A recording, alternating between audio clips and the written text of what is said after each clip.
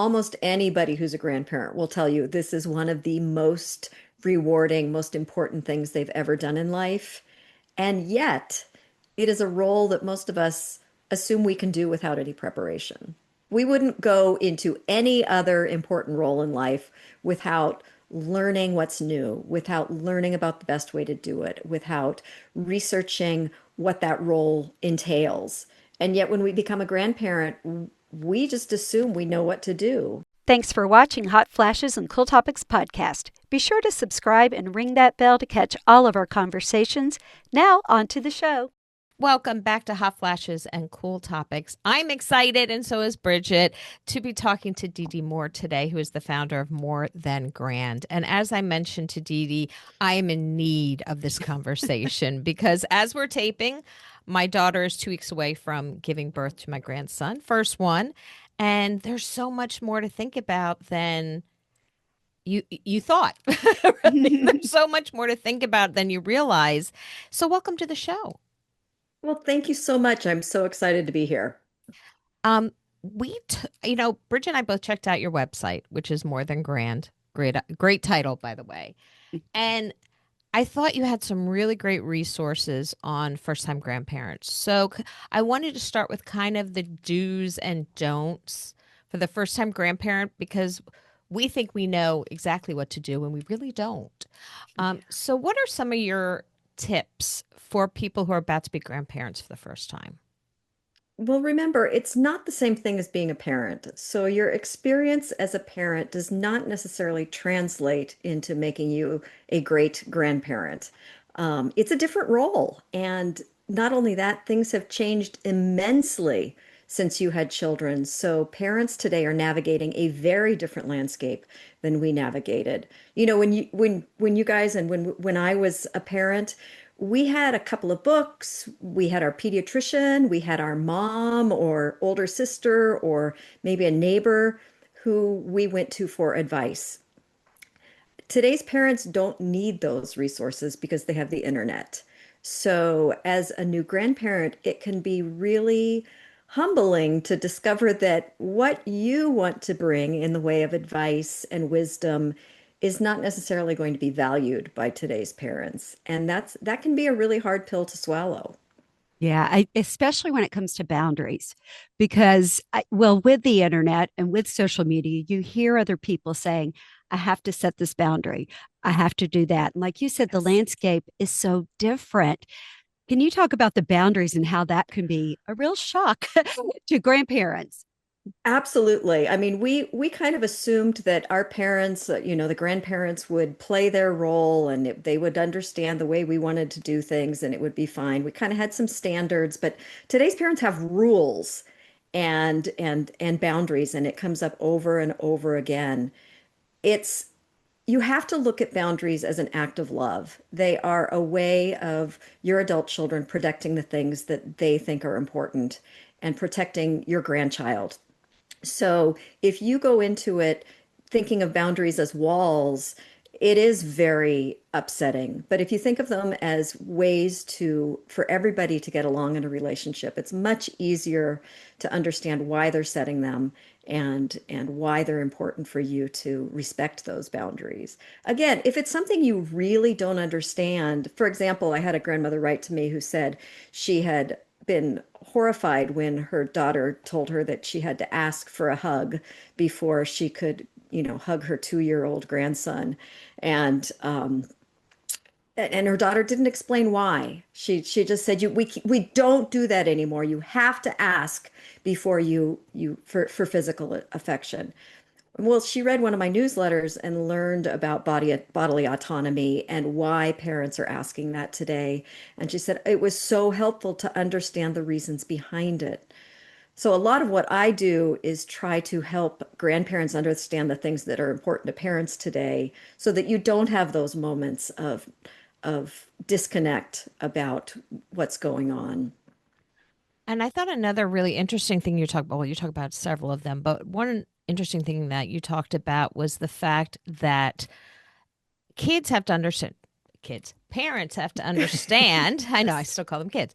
Parents have to understand that culturally, your parents are first time, they've never done this either, and they're seeing social media going, I can give them treats. I can take them and keep them up Yes. late. I can do all this stuff because I've earned that. Right. And parents have to understand that there has to be a conversation about Yes. why can't I do that in a way that doesn't make them feel rejected and doesn't make them feel Right. it like it's unfair. Can you talk about that? Absolutely. It's with any generation, there's going to be that miscommunication, that generation gap. And so it's really important for I think it's important for grandparents to come to parents and say, what are your boundaries? What are your expectations? Because the messages grandparents are getting are very, very bad for relationships. And so I've recently created an ebook for parents, helping them understand grandparents better. Because as you said, that's one of the things. Another thing is, we're people too. We're human. We want to belong. We want to feel like we're important to this family. And too often parents don't take the time to recognize grandparents for the contributions that they do make. Right. So, those are some of the things I cover in that ebook for parents to try to help them understand those things. And then, once they've understood it, be able to come to grandparents and have a healthier conversation than just, this is the rule, you have to follow it. Don't do that again. Yeah. Today, just this morning on the Today Show, they had some woman, a younger woman, that said, hey, whoever babysits, if you're willing to babysit for my child, as long as they're safe, you do what you want. If you keep them up late, and she's gotten support, and then she's gotten some flack. Yeah. What are your thoughts on that? Because grandparents do a lot of babysitting. I mean, and Right. probably for free. And Ex- so, yeah, I Yes, mean, that's a yes. tough one. It Yeah. absolutely is. And again, you have to have that conversation. As you said, some parents are absolutely fine with that. Others are not. And you have to know, as a grandparent, you have to know where they stand and be able to respect that. Parents today are very, very anxious. There's a lot of hard stuff going on in the world. It's not an easy time to bring a child into the world, and there's also this feeling that there is a right way to parent. I know that we always questioned what we were doing. Is this going to work? But I don't think we had as much pressure to be perfect parents as today's parents do. I think we Agreed. were able to give ourselves a lot more grace because we didn't have stuff coming at us 24/7 about the right way to do everything. So grandparents need to respect that parents are putting up these boundaries, creating these rules to protect themselves, to protect what they see as important, to keep themselves feeling like they're in control. It does seem like there's so many more complicated issues arising now when children are coming into the world. And I know, for example, vaccines. My daughter's having conversations about what vaccines she wants all of us to have Yes. before we see the baby. And I think that's well within her right to do so. Not everybody is as approving as that. And that what you said about communication is so important and Yeah. respect for the boundaries. And I know another story I had heard from a woman is that my daughter is having a child and her son's wife was having a child, and it's a very different dynamic. Can you talk about the conflict sometimes that comes between having a child by your daughter and having a child by your son? Right. It can be really, really hard for the mother-in-law of the woman who's having the baby. She has a relationship with her mother already. And so she can do different, she'll treat her mother differently than she'll treat you. It's just the way it works. I mean, there's nothing wrong about that. The mother-in-law in this case can feel very hurt by the fact that, for example, the the mother gets to be be there for the baby's birth, but the mother-in-law does not get to. Well, That's Yes. me. Sorry. Yeah, exactly. And it's because your daughter knows that you're a safe person. She has a relationship with you that goes back years and years and years. Not every woman has that with her own mother, and there are mothers who are not invited into the delivery room. That's up to the couple that's having the baby. And any parent, any grandparent, whether it's the in-laws or not, need to respect that choice of those parents. As a mother-in-law, if your daughter-in-law is having a baby, it's important for you to create the relationship with her, not with her as an extension of your son. And the more that you cultivate that relationship, the more that you nurture her as a person, you will have a much stronger relationship, not only with her, but with your grandchildren. And that can Mm, be really important because not every partnership lasts, right?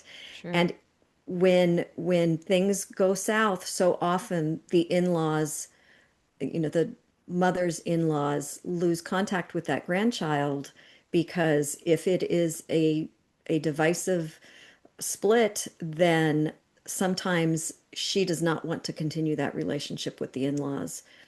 If you've already proven to her that you see her as a person, that you are there to support her outside of the marriage, outside of her role as the mother of your grandchildren, she's much more likely to continue including you in those children's lives. With that, I was having a conversation with a woman who was a mother-in-law, and she was saying, "Well, I've been told I should just say to her, I'm coming on Monday. Do you want 2 o'clock or 6 o'clock?" And what I thought that was wrong. I'm like, why don't you say, can I bring dinner over one day this week? Some way to help them. So could you give tips to maybe some mother-in-laws who want to spend more time over there, but with a newborn, they don't know the right thing to do? Yeah. Oh, it's a tough one. And again, you are exactly right. Offering help that may be something they can use, but not imposing it. You don't say, I'm bringing dinner on Tuesday. You say, can I bring dinner on Tuesday? I can just drop it off if that's easier for you. What would you like? I'm going to the grocery store. Can I pick anything up for you? Is there anything I can do to help? Can I come walk the dog next week while you guys are recovering? Offering help that doesn't assume that you are welcomed, assume that they want you there, assume that you have a right to be there, is the best thing you can do. That is great advice. I love the way that you said that and worded that. And your website also has some terrific blogs. I mean, I was reading some of them. One of them that really stood out to me was the father's point of view, the father of the newborn child. And the situation was the mother of the mom came in and he kind of felt left out. Can you Yeah. talk about that situation and what to do in that case? It's really important as a grandparent to let these parents find their feet. And that means sitting back, letting them figure out how to do things, not coming in and swooping in and saving them from the mistakes they're making, and certainly not excluding one parent or the other. And too many grandparents do come in and just focus on this baby as though it's an extension of themselves. I hear from a lot of parents who will say, my mother-in-law will not stop talking about how this baby looks exactly like her side of the family. It's like she thinks I had nothing to do with it. And when you go back and look at my baby pictures, they're identical to this baby. So, we see what we want to see. But it is important to make sure that you're giving this new family room, giving them space and not coming in and taking over and acting as another parent. Mm. And generationally, it's so hard because I think in our generation, we didn't have the ability to set those boundaries. I mean, we could have, but oh, the uproar that it would have caused in our marriages. And it's much more open now to saying, I need boundaries. I need to not, you can't come over for a couple days. I need to just bond with the baby. My husband needs to Yeah. just bond with, and it's okay to say that now. I don't know that in previous generations you could say No. it as freely. I completely agree with you. Today's parents are much more willing and able to set those boundaries. I mean, we certainly had the same issues with our mother-in-law that today's mothers do. It isn't a new thing for you to be super annoyed by your mother-in-law's behavior, but you just kind of grinned and bore it, right? You just kind of assumed that that's how it went, and as you said, you didn't want to cause the uproar that would happen if you said something. Now, I know that I've shared the story before that my two older children would go over to my in-laws' house for a sleepover, and they would watch TV nonstop, like she just ran movies for them to watch all night. And oh, well, they'll fall asleep in front of the TV. They ate stuff that I would never have given them at home. And it drove me crazy that she would do these things that were so aside from what I thought were the right things for my kids. But my kids to this day have the best memories of those Land Before Time marathons at Yaya's house. And so I'm so glad I didn't say anything because it didn't hurt them. They're successful, healthy adults who, have navigated life just fine despite the fact that they were exposed to behaviors that I just didn't really think that they should be doing as young kids. So That is always, that's so hard because it's I don't know, it's just so hard because you're thinking, I want it this way, and then I'm going to get them back. They're going to be sugared up and all of right. these things. And it is hard to let go of that. And you're in this mindset, like you said, trying to be perfect. I know, Colleen, when you and I, and we were bringing up, all of us were bringing up our kids, we were so scared about they have to be in this and they have to be in that. And it's not really the case all the time. You can look back. You look back with 2020 vision and you're like, Right. why on earth Right. did I do Right. that? Yeah. Exactly. And I think that helps understand or explain some of the behavior of your children when they're becoming parents. You're like, this is their first time. This is the first rodeo Yes. for them.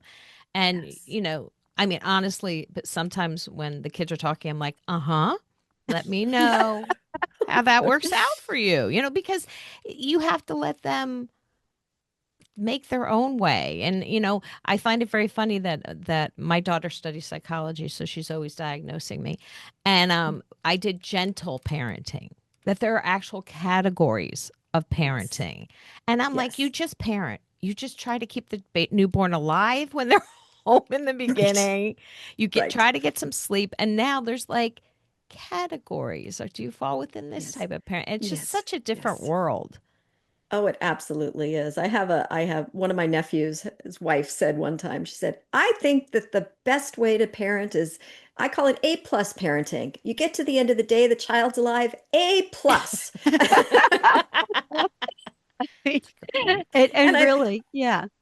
that's it. And unfortunately, not enough of today's parents have that philosophy behind the way things are going for them. So it is hard to watch that as a grandparent because you do have the gift of perspective and time and wisdom about what children really need. And it can be hard to not offer advice and not say, oh, you guys, I don't think you really need to be that caught up in this issue because it's not going to have that big of an effect in the long run.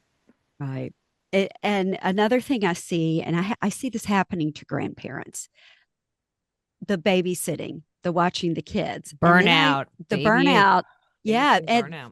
the babysitting burnout. And you see some grandparents, you feel like, but I don't say anything because I'm not the grandparent. They're being taken advantage of. But then I don't know their life. Like they may want to be with their grandchild, but you do see where they can't do these other things that they wanted to do later in life because they have to be there for the kids. Yes. That is a tough thing because situations are so different it's different. Childcare is so expensive. Right. So I can see why you want to Homes are help your child. expensive and Home, jobs are yeah, hard. harder to Yeah. get. Cost of living is so much more than it was when we were at their age. I don't know any advice for those situations. Oh, well, you hit on a huge issue because it's actually one of the top search terms that brings people to my website is grandparent babysitting burnout. It's a big problem. And it's, as you said, a really complex one because sometimes there is no other choice for that family. But it's important for grandparents and parents to be able to talk about that. I know I had one grandmother write to me. She had agreed to watch her grandchild, her first grandchild when they were born.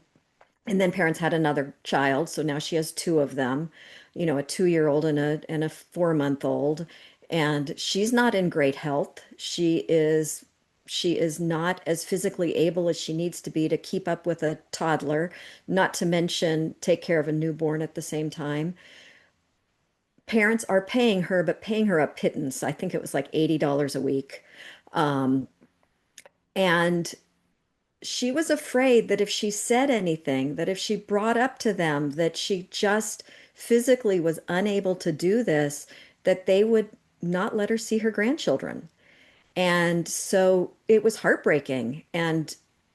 But you've got to have that conversation. Parents have got to be find a way to help. Maybe you help pay for childcare. Maybe you find a teenager in the neighborhood who can come help you in the afternoons. A 12-year-old in the neighborhood could come help you in the afternoons and play with the kids. Find ways to make it so that you can get a break. When you agree to babysit your grandchildren, make it very clear to parents that you need a trial period because you may find that you really cannot do it.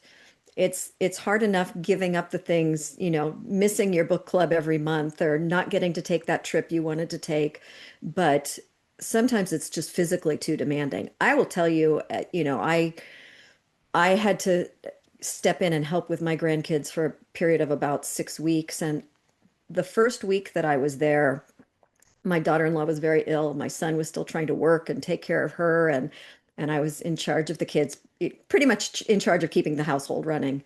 3 children, they were 3, 5, and 7 at the time. And about the third day, I called my husband and said, "It doesn't look like I'm going to be home anytime soon, and I need you because I cannot do this. It is exhausting. Just getting the meals and the dishes, and not to mention getting people to school and back and keeping everybody entertained and trying to keep up with the laundry." So it gave me a huge, huge respect for today's parents because you do forget how very, very, very overwhelming it is to have small children. But also for grandparents, before you get in too entrenched in, being sure that babysitting is what you want to do, have a trial period to see if it really is something you can handle. That is such a great idea. A trial period. That way nobody gets hurt.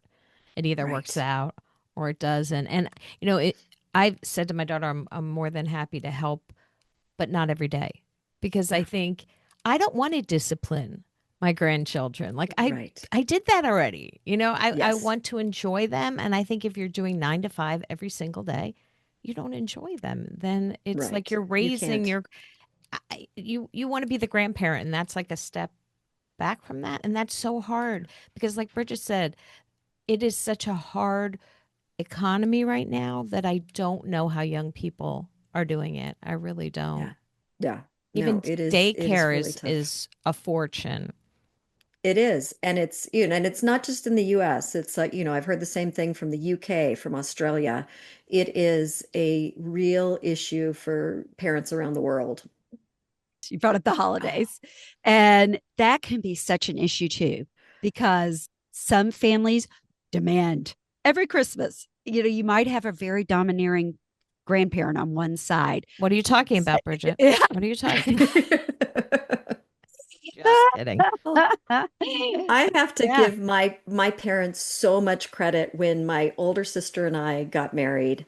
We got married in the same year, and my dad said to us, "Okay, I recognize you now have other responsibilities." This was, I think, before we even had children. He said, "But I want you to come home every other Christmas, and I want you to come home the same year." So that became the routine in our family. And we still, every other Christmas, everybody gathers. I mean, now it's, 35 of us, but we all still gather at my mom's house.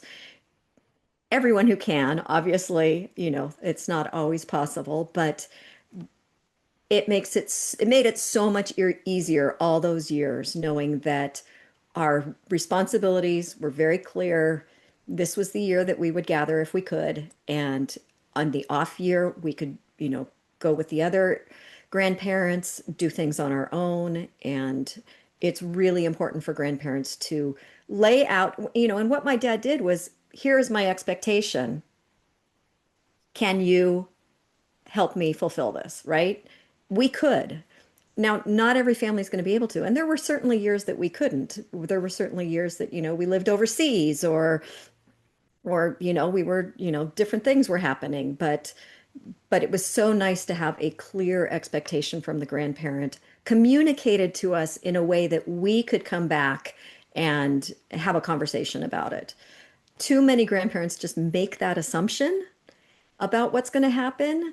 They, you know, I know Christmas is an extremely important holiday to me.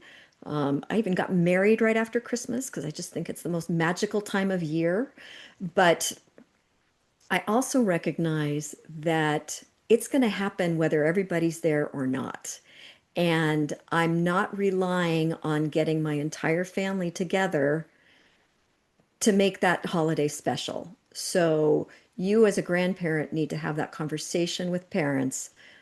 What what do you want to do this holiday season? Do you guys want to come home for Hanukkah? Do you guys want to get together at New Year's? Where should we gather for Thanksgiving? Oh, you want to do that instead? Great, we'll do something else. You have to open up those conversations because there are a lot of we make a lot of assumptions about, we tie so many things to the holidays, to our traditions, to what we think should continue.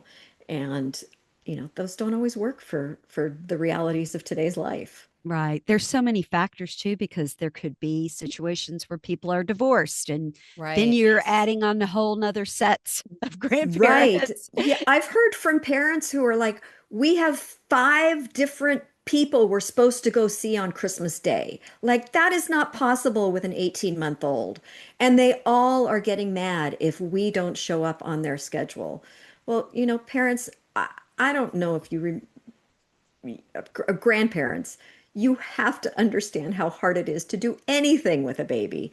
And then there's the whole issue of illness too. I mean, parents today are much more aware of the dangers of things like RSV, which Right. peak around the holidays.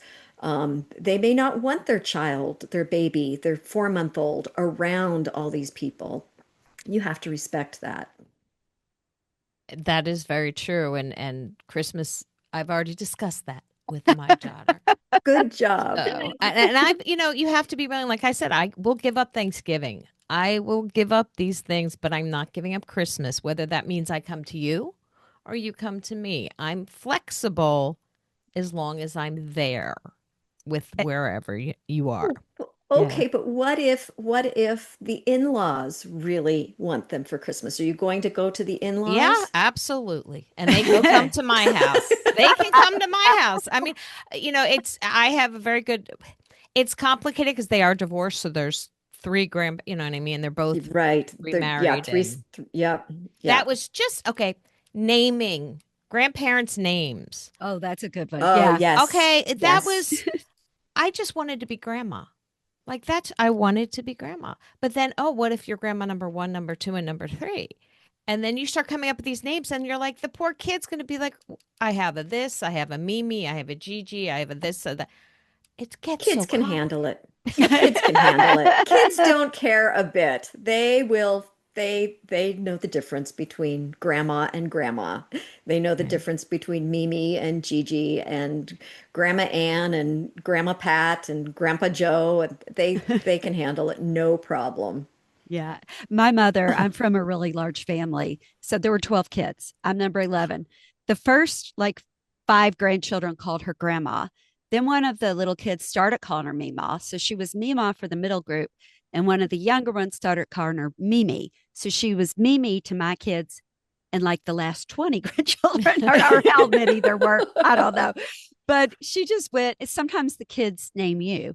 And that's fine. Absolutely. I think Yeah. that's great. I think as long as they're calling you something Right. and Right. they know who you are, it just Right. it's becomes this complicated thing because some women are like, "Well, I'm too young to be a grandma." Yeah, Yes. no, you're Yes. not. If your child is having a child, you're not Right. too young to be a Right. grandparent. Right. Absolutely. It is hard though. I mean, it's the one time in your life that you get to christen yourself. You've already been given your name. You Other people give you nicknames. It's the one time where you get to form your identity, and maybe grandma evokes an identity that you don't really embrace. Maybe your mother-in-law was grandma and you don't want to be grandma just the way she was. But then what do you want to be called? How are you going to figure out what you want to be called? And are parents going to go with that? I know I've heard from parents who are like, my mother-in-law wants to be called honey, and it just turns my stomach. I'm like, well, she gets to decide, really, and it's you just have to just as you get to decide a lot of things. That's one thing that I think the grandparents get to have their own decision about. Now, if grandma wants to be called mama, I am not on board with that, and I have heard that. But Yeah, Really? I've heard yes, things yes, about that. I have heard about that as Eh, well. see, yeah, I Yeah, agree yeah, with you. That's just not that's appropriate. overstepping. That is. Yes. yeah, Yeah. yeah. There is there's some group that does these videos. They're so funny. I think it's called So True, y'all. It's about these women in this. Have you seen the video about the women that go in the store to pick out their grandma name? Yes, yes. Oh my gosh, it's so good. It's I've so not good. seen that. I gotta go like look Oh, like now. they're in a it jewelry is. store and they're looking for a necklace for their grandma name. And like another one comes in, oh, me. That's what they call me. And she's like, okay, I'm not picking that one. It's Yeah, so no, it's it's really good. great. Yeah, Oh it my. It's really hits it fantastic. exactly right. It Yeah, just it sounds like communication is key, like it is in every relationship. And absolutely. it's just it could be such a joyous occasion if you kind of get out of your own way and you don't set, well, I'm the grandparent, I have earned the right to X, Y, and Z. Yes, Because yes. unless you gave birth to that child, your child is or your in-law is giving birth, you have to respect their wishes, you You know? do. You do. And that's, so much of what I share on my website and the resources that I offer in my shop are all about communication. I was a communication consultant before I started More Than Grand. And so that does infuse everything that I do. It seems very simple to say, just have a conversation about it. But as we all know, there are all sorts of minefields out there when you bring up a topic that two people disagree on or are unsure about. And, when you bring the uncertainty that a new parent has about their role into the equation, it makes it even more important for grandparents to be respectful and kind of hold back their opinions, hold back their instructions, and wait for the parents to lead. Right. And you have a lot of great guides as well on your website. Can you talk about the guides? And I know you said you're coming out with a holiday guide as well. Absolutely. So my main one is New Grandparent Essentials, and it has four main sections. Your grand vision, because you will have a much better time as a grandparent if you are intentional about what you're doing instead of just coming in and buying all the things and, you know, thinking that this is how you want to do it. Spending some time thinking about that and talking to parents about whether that is achievable, how they can help you become the person that guides your grandchild in this way or that is really important. The meat of it is partnering with parents. And that is where I talk about those conversations you need to have. I talk about the parents' viewpoint, what they're facing these days, and really help grandparents understand the issues that parents are dealing with that may make it hard for them to communicate with you the things that they need. There's also an entire section on baby care and safety with up-to-date information about those things because it is very different. I mean, I know it changed for me between the two children I had in the 80s and the two children I had in the 90s. Everything was different. So it's really important for grandparents to be up to date on that so you aren't trying to offer outdated advice. And then there's a section on new trends in parenting as well, with things like bodily autonomy and, gender neutral toys and things like that that are important to today's parents. So it really equips you with everything you need to really be supportive and to enjoy grandparenting even more. That sounds invaluable. And you have a lot of blogs, just the one on 14 essential rules for visiting the newborns. Yes. Go check that out because it's really, don't overstay your welcome. Things you don't really think about. But, Right. kissing, they don't really want Yes. you kissing the baby. Things like that you just, you want to grab the baby and just squeeze and Just, yes. you just want to Yeah. squeeze it. You And can, she's not excited or anything. It's so close. I can feel it I I through the could know tell it. it's screen. like, No, if she opens her door right there, you will see a crib. You will Oh. see a crib. well, the door's The gonna hit other the other door's door. open. Yeah. Yeah. Yeah. You will see a But, crib. Yeah. it's important because as we don't know. This is the first time we're being grandparents. We're becoming Yes. grandparents. We don't know not that there's a right and wrong, but the best ways to help our kids. Absolutely. And it's always interesting to me that almost anybody who's a grandparent will tell you this is one of the most rewarding, most important things they've ever done in life. And yet, it is a role that most of us assume we can do without any preparation. We wouldn't go into any other important role in life without learning what's new, without learning about the best way to do it, without researching what that role entails. And yet, when we become a grandparent, we just assume we know what to do. The truth is, in a lot of ways, we do, but things have changed enough that that preparation is still vitally important. It's just like if you went back into the workforce after a gap of 30 years, you'd brush up on new technologies and what's changed in the industry and you'd learn about the new company that you were going to be working for. You wouldn't just walk in and say, "Oh, I did this 30 years ago, I've got it." Nope, nope. Yeah. No worries, And don't tell and me. it's true because there are so many new things that I was like, Yes. Oh, they didn't yeah. have that. I sounded like the grandparents of my children going, "Oh, that's new. That's That's new. new. Absolutely. That's When you were Yes. just telling me the testing that goes on now with the oh my pregnancy goodness." and Just everything I do remember because that reminds me when I had my son, I had a lot of nieces and nephews. So I kind of I saw this happening when I had my first child. My mother-in-law, because disposable diapers, she said, "Do you dunk them in the toilet until it dissolves?" And I was like, "No, it will she get us." never used them. Yeah. I think Yeah. Pampers came out when she had her last one, and that they were supposed to dunk them until it I don't know what dissolved. And I was like, "Don't do that, or that diaper will blow up like a Just blow balloon and up. absorb the whole toilet." So, but Yeah. it does, car Things seats change. change, Yes. Oh, expiration dates on car seats, everything like right. that. I We mean, never knew That's about we that. didn't have Yeah. that, Yeah. so many Yeah. things. And that's why your website, More Than Grand, is such a great resource for first time or second time or several grandparents. Because sometimes you have some grandkids with one child, and then your next Yes. child doesn't have them for 10 For like 10 years. years. Yeah. Yes. And everything Yes. is new again. So Absolutely. we Mhm. just Yeah. appreciate so much the information that you're sharing with our listeners and on your website. DeeDee Moore, thank you for joining us. We appreciate it. Oh, thank you guys.